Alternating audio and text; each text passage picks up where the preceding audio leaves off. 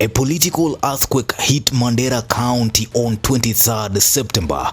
Adan Mohamed Kiongozi, the man Rigathi Gachagua had handpicked to deliver his first parliamentary victory under the new Democracy for Citizens Party, has walked away.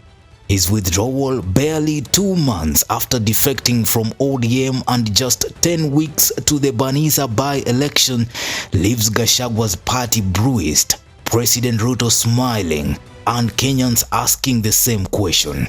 What really happened behind closed doors at State House? DCP is a national party and will participate in our elections, including Banisa in Mandera. Yeah. All that talk you saw in Mandera was trying to discredit me and DCP in Banisa because our candidate, Adan Mohamed, is a leading candidate. For Gachagua, this isn't just one candidate dropping out.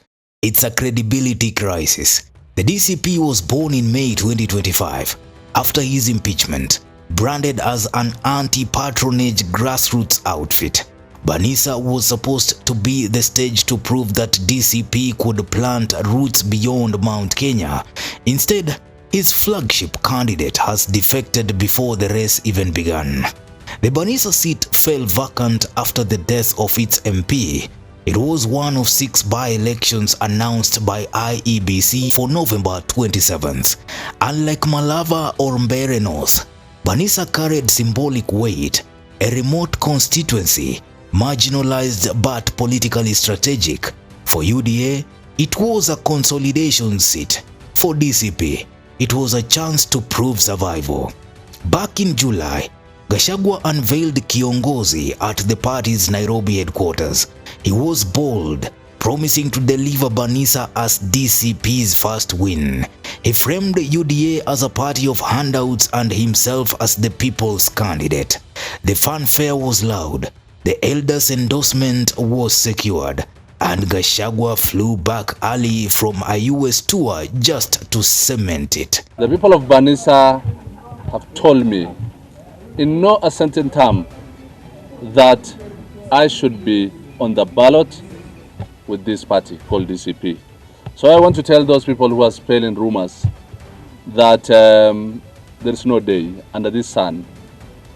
There is no person who can push me to pull out of this race. I am set and I am ready to hit the ground, and we are only telling the IBC, don't waste our time. The people of Banisa have been lacking the member of parliament for the last almost 3 years, and their voice have not been heard for the last 3 years in parliament. Then came September 17th. Kiongozi was spotted at State House, flanked by President Ruto, Mandera Governor Mohamed Adan Khalif, and UDA aspirant Ahmed Maalim Hassan. The official story, a routine mobilization meeting. But online, whispers grew louder. Was this a deal-making session? There are many speculations, rumors, videos created that Adan is talking with the government. I have no business talking with the government. I want to represent my people in parliament, and I want to be their voice. Within hours, X was buzzing. Posts claimed Kiongozi was offered either an ambassadorial job or an advisory role if he stepped aside. Nothing confirmed, everything denied. But the timing spoke louder than words. A week later, the once defiant DCP hopeful bowed out. Publicly, Kiongozi framed his exit around clan unity. "I cannot disrespect my own council of elders," he said. A diplomatic line, but one that barely concealed the tug of war between loyalty to elders, party allegiance, and political survival. For Gachagua, the optics are devastating. First, Duncan Mbui abandoned the Mbeere North race. Nikiitwa niende kwa maneno ya oathing ya clan ya Miviriga, mimi nilikataa. Nikasema maneno ya oathing ikae na nikasema lazima sisi sasa watu wa Evurori, watu wa Mbeere North, watu wa Antawa, watu wa Mumeji, tukatae hii aibu tunawekwa na viongozi wengine. Not money first, not mirengos, not all those things. Mbeere first. This election must be about the people of Mbeere. and their rightful share of development. It cannot be about all other things, must be secondary to that consideration. So my message to Mbere people, please, when it comes to 26th of November, vote for Mbere. It's not about Kivoi, it's not about Moses, it's not about Chama Chaka, it's not about DCP and all other parties. It's about the interests of Mbere. Now, Banisa slips through his fingers. Analysts argue DCP risks being remembered not for its message, but for defections. Without wins outside Mount Kenya, Gachagua's opposition brand looks fragile.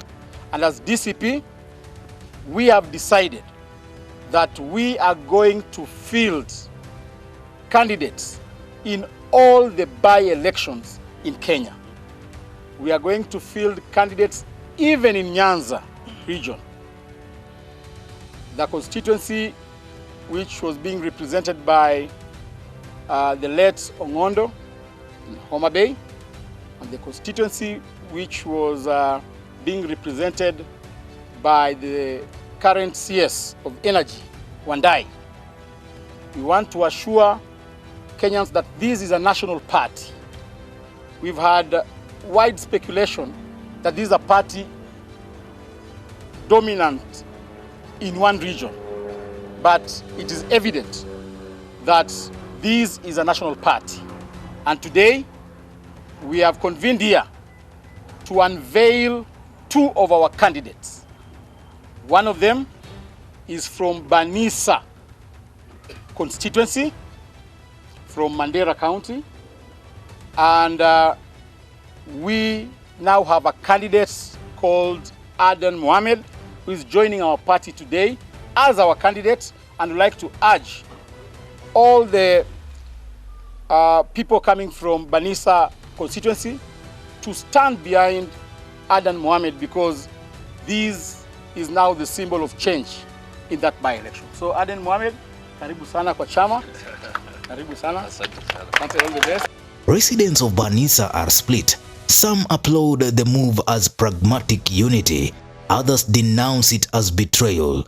DCP loyalists on X call it political corruption. Media outlets highlight the irony. The first win vanishing in a handshake. Analysts say it's proof Kenya's politics is less about ideology and more about survival and money, where even elders become decisive political brokers. So what's the big lesson? In Kenya, by-elections are no longer just local contests. They are laboratories for 2027. Patronage, clan loyalties, money, and presidential muscle continue to trump party slogans. And for Rigathi Gachagua, the Banisa blow is more than just a by-election loss. It is a reminder that building a national party requires more than rebellion. It requires resilience against the state house machine. Majorly deep pockets. What do you think? Drop your comments. Newsroom, Maisha TV, Ushabi Jr.